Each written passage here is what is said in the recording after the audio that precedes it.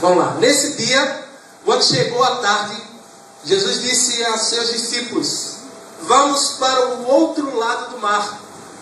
Então os discípulos deixaram a multidão e o levaram na barca, onde Jesus já se encontrava, e outras barcas estavam com ele. Começou a soprar um vento muito forte, e as ondas se lançavam dentro da barca, de modo que a barca já estava se enchendo de água. Jesus estava na parte de trás da barca, dormindo com a cabeça num travesseiro. Os discípulos o acordaram e disseram: Mestre, não te importa que nós morramos? Então Jesus se levantou e ameaçou o vento e disse ao mar: cale-se, acalmem-se. O vento parou e tudo ficou calmo. Depois Jesus perguntou aos seus discípulos: por que vocês são tão medrosos? Vocês ainda não têm fé? Os discípulos ficaram muito cheios de medo e diziam uns aos outros: quem é este homem a quem até o vento e o mar o obedecem? Amém? Amém. Senhor nosso Deus, queremos te louvar e bendizê-lo por nós. E tu possas ungir a minha vida hoje aqui, para que eu venha trazer a tua verdadeira palavra. Não deixa sair da minha boca, Senhor, falácias, mas sim que possa proferir palavras que são vindas de ti, Senhor. Sou merecedor, somos merecedores do teu amor, mas a tua graça e a tua misericórdia nos alcançou até aqui. Por isso enche os nossos ouvidos, enche o nosso coração dessa graça e dessa misericórdia incessante. Amém. Pode sentar.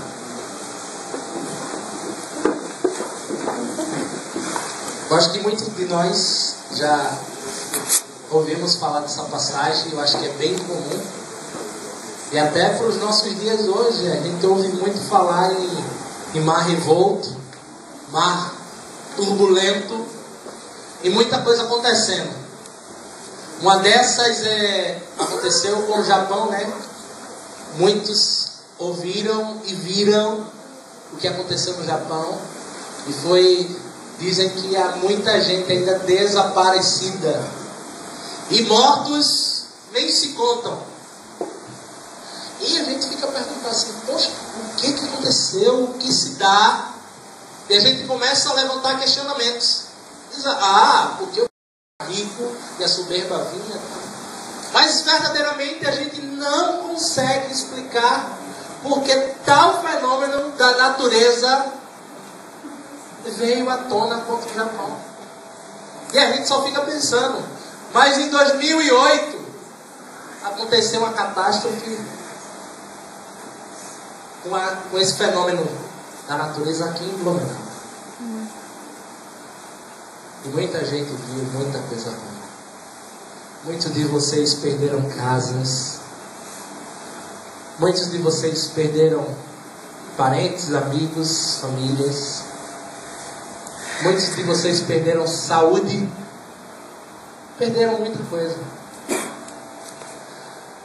Mas o mundo, em meio a tanta coisa, ainda nos prega uma coisa diferente.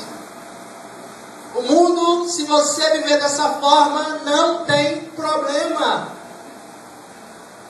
As coisas são muito boas. Olha, viva a vida. Olha, se você ganhar na Mega Sena, seus problemas passarão. É verdade? Meu Deus. E aí, a gente vive em função em parte do mundo.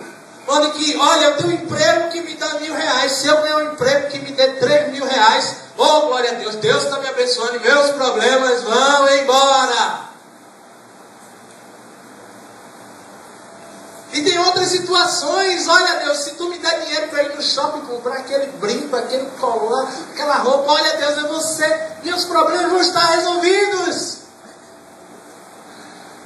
E a gente fica assim, nessa enxurrada enxurrada do mundo, a televisão nos apresentando tudo, facilidades para comprar, meu Deus. Mulher então fica doida, vê o negócio assim, olha em 10 vezes, no outro dia ela está na cama com o marido. Oh, eu fiz lá o brinco 10 vezes e tal, e começa a falar essa coisa que já está impregnada no mundo. Olha, você pode ter essa facilidade, venha, venha, venha. E a gente esquece de olhar para a essência, de olhar e de colocar aquilo que verdadeiramente nos nutre. E a gente esquece de colocar Deus nesse barco da nossa vida. Nós esquecemos de colocar Deus no barco da nossa vida. O livro de Marcos, ele foi escrito por volta de 55 a 65 depois de Cristo. Foi achado um dos evangelhos que primeiro foi achado. Muitos dizem que Marcos era um dos discípulos de Cristo. Engano. João Marcos era um dos que acompanhavam Paulo em seu trajetório. Quando vem falar, os evangelhos foram escritos por discípulos. Esse livro não foi. Esse livro foi escrito por João Marcos, quando que escreveu para Roma, pois em meio à turbulência da morte de Cristo, todos viviam lá a esse fenômeno muito frequente. E ele escreve esse livro para que viesse o evangelho fortalecer os que moravam em Roma e os que moravam nas cidades circunvizinhas. Sabe por quê, queridos? Porque era o meio mais fácil de ser propagado o evangelho. Roma tinha circulação de carta, circulação de muita coisa, de mercado. Então, eu digo que estrategicamente Deus colocou na vida de Marcos esse livro para ser escrito para Roma. E eu digo a vocês hoje à noite, mediante um livro tão fantástico, que chega nesse capítulo número 4, que o título dessa mensagem é: quando as lutas se tornam tempestades, elas se curvam diante de Jesus Cristo. Quando as lutas se tornam tempestades, elas têm que se curvar perante Jesus Cristo. A minha pergunta para você hoje à noite, eu sempre gosto de trazer perguntas. A outra vez disseram, eu estou morto ou estou vivo? A pergunta de hoje à noite é: onde Jesus se encontra no seu barco? Onde Jesus está no barco da sua vida? Será que no barco da sua vida Jesus está lá atrás com o travesseiro? O primeiro ponto dessa mensagem é: Jesus nos leva ao local aonde vamos ser colocados.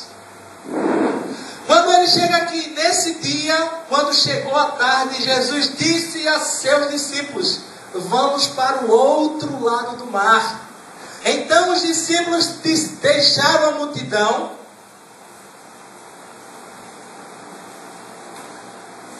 e o levaram na barca onde Jesus se encontrava. E outras barcas estavam com ele. E sim, Paulo, você pode me dizer: olha, Jesus só disse para o mundo, para os discípulos: olha, vamos para o mar. Mas se a gente analisar esse versículo, qual era o mar que Jesus estava mandando passar? Vocês têm noção qual é o mar da Galileia? O mar da Galileia está a 200 metros abaixo, que é abaixo do nível do mar. E na região da Galileia é tudo formado de montanhas rochosas, o que acontece? Quando o vento vem do mar, que ele dá aquele declive, ele vem com muita fúria. Vem com muita fúria em direção, porque o vento não tem como correr. E pensando dessa forma, Jesus chama os discípulos para dentro da tempestade. Isso é mistério muito grande, viu? Os discípulos saem do meio da multidão. Jesus chama os discípulos e diz assim em outras palavras: vamos para o meio da tempestade. E aí, quando Jesus te chamar, olha, Juliano, vamos para o meio da tempestade.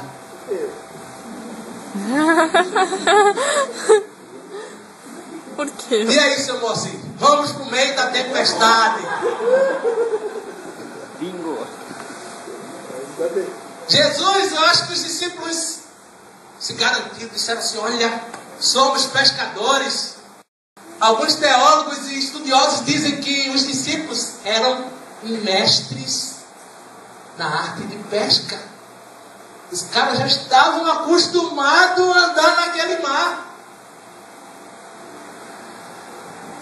E eles estavam tremendamente, eu acho que confiantes. Mas sabe o que acontece? Algo muito interessante aqui. Eu quero que vocês leiam comigo agora o versículo 36. Ele diz assim, ó: então os discípulos deixaram a multidão e levaram na barca onde Jesus já estava. Onde Jesus já estava. Mael 200. Então, os discípulos iam ter com o barco onde Jesus já se encontrava. Veja que coisa interessante. Jesus manda ir e ele é o primeiro que está no barco. Segundo ponto de vista, é que os discípulos já tinham se enchido de si mesmos e se tornaram autoconfiantes. Jesus deixa de ser governante daquela viagem e passa a ser tripulante. Jesus vai para o barco, entra e se deita. E o que é que acontece, queridos? Os discípulos chegam lá e começam a armar o barco para ir embora. Eu começo a pensar em hoje nessa questão desenfreada de queremos governar as nossas vidas e o barco da nossa vida e por muitas vezes a pique. Eu me lembro de um fato daqui do sul.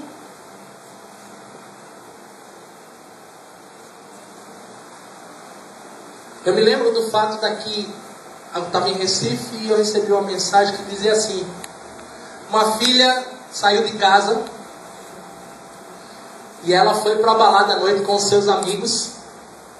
E aí disse o seguinte: mãe, eu vou para a balada com os amigos. E aí a mãe, quando viu o carro, estavam 4 rapazes e só ela de mulher. E a mãe se debruçou no vidro do carro e disse assim à filha: olha, filha, vai com Deus. Na mala do carro tinham 2 caixas de ovos. E a filha disse para a mãe assim: olha, mãe, só se ele for na mala. A filha vira para a mãe e diz assim: olha, só se Deus for na mala. Queridos, não tem outra. Houve um acidente com aquele carro. O carro, morreram todos que estavam no carro. Acabou o carro todinho. Sabe o que sobrou no carro? A mala. Os ovos. A minha questão hoje à noite é que você tem que deixar Jesus ser o comandante do seu barco.